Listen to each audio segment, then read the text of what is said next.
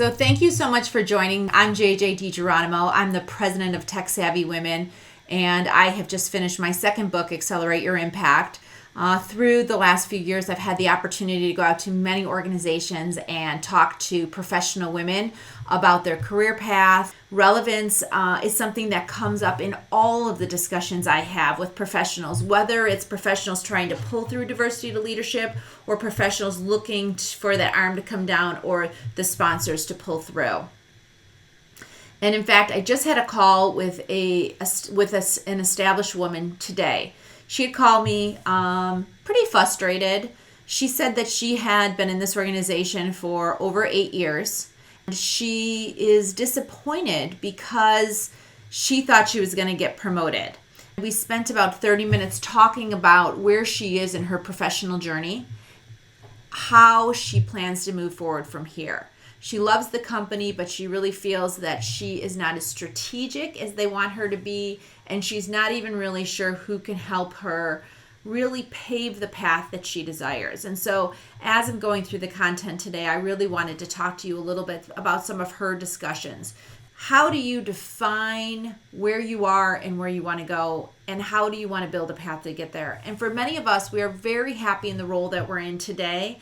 Some of us are just looking to get on a committee or lead a committee. Some are looking to get on a board or even doing something in the community. So sometimes these discussions aren't about your main role. It might be some of the adjunct things you take on that you're looking to build additional skill sets. So just keeping that in mind.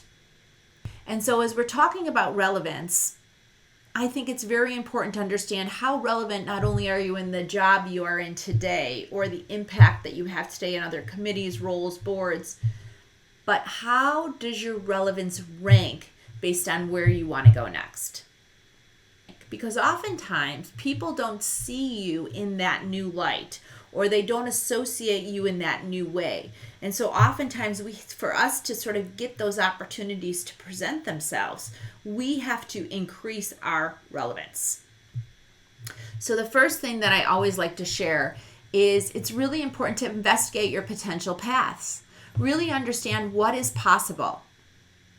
And of course, this sometimes goes back to self-esteem, how you feel about yourself, and self-confidence we're going to talk about in a later series. But this does kind of fall back on what you think is possible in your heart, in your head, but also what is possible in the organization. And to do that, sometimes you have to invite others to share their journey. I find that many professionals are excited to share the professional paths and even steps they've taken to get where they are. And oftentimes this is important because it helps us determine what we can do from where we are in the organization. And then I'm a huge believer of LinkedIn.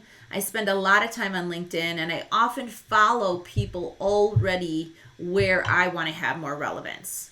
And so in my last role, I was in a technology company and I was moving into a cloud role. And so I took the time to follow key players in the cloud computing space. I looked at their profiles. I spent time watching what they posted. I even looked at their career journey to really understand how did they make this transition from old compute to new compute. And I really encourage you to thinking about, okay, how relevant am I today? And how relevant do I need to be based on where I want to have more impact next? And one of the easy ways to do that is to really follow other people that are there and investigate what paths could be possible if you choose to raise your hand or even explore opportunities to have more impact. And then from there, you can get a better understanding of your starting point. What do you have to do to increase your relevance? Do you need new people in your network? Do you have to produce more content, be a spokesperson in a particular area, show up to certain meetings or activities or events to really help you cultivate relevance based on where you want to go next? In the chapter in the book where I talk about how do you land a board seat, I interview 7 to 9 people that discuss very specific steps on how they landed a board position, many of which were not tapped on the shoulder, many of which did not get an email. They actually started working in a small group or a small committee and then showcased their value in that role they were asked to take on an additional role, and then they were either asked about what they wanted to do, or they put forth what they hoped to do in the organization before they were even entertained to be on the board. And I think that it takes 12 to 18 months to really cultivate what you want to do professionally before it actually presents itself. And many of these steps help you sort of get an idea of what it takes to get there. And so defining people that can help are absolutely critical. And for those of you that have been in your career for over 10 years now, you know the jobs are slimmer as you move up in the organization, and that each job has a series of people that are interested.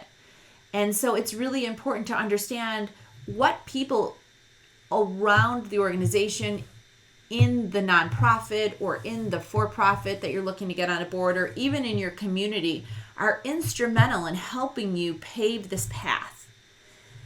And I think for women, we think we can do it alone. I can't tell you how many times I talk to women that are 10, 15, 20 years into their professional path, and they say to me, oh, I just thought that my work would actually help me get where I wanted to go.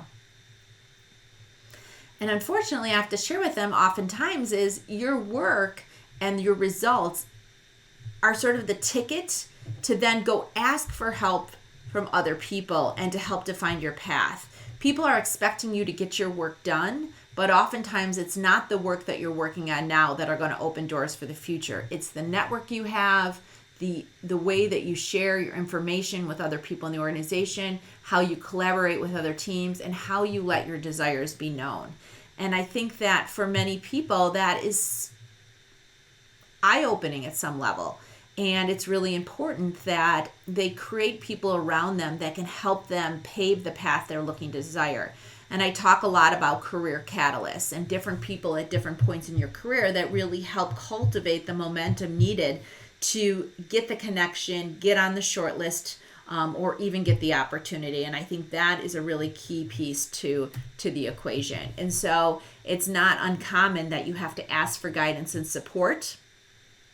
And sometimes this takes time. And so on the call I was just on a little bit ago, I was mentioning to the woman that, do you know who pulls the strings for the roles that you're interested in pursuing next? And she was not really familiar with, the influencers, the decision makers, and really figuring out who's who is a critical piece of your plan. And oftentimes once you find these people, it's identifying one or two sponsors, the people that have the social capital to help you push your career desires forward. And so that's really an important piece of that, and one that I spent a lot of time in the book, 4 chapters, talking about accelerating your sponsors around you. And this is something that's not common for women in the sense that they don't often ask people to help them cultivate their next step, but absolutely a requirement as you move farther along in your career path. And I think with that, it's building a plan is necessary. And now that we're ending out the year, it's really important that we spend some time thinking about our annual reviews, our performance reviews, and how we are going to put some of the action items required to sort of pave the path you desire into that. So how are you going to build a plan with checkpoints to make sure it's working? How are you going to have time with people in the organization that are aware of the new steps you're taking to be more relevant based on where you want to have more impact? And it's going to be important that you have checkpoints, because sometimes the people that you rely on to help you open doors move on to other positions or even other organizations. And so you need to make sure that the work you're doing is going to manifest in the way you desire 12 to 18 months down the road. And so building that plan with checkpoints is absolutely important. And then, of course, making sure you have time to work the plan. And I put an Outlook calendar in my Outlook to read articles each day. And every other day I post something on a particular topic or concept. And I find that my posts, especially if I stay on topic, are very instrumental in connecting with the right people and in the way that is going to help me open doors for the future.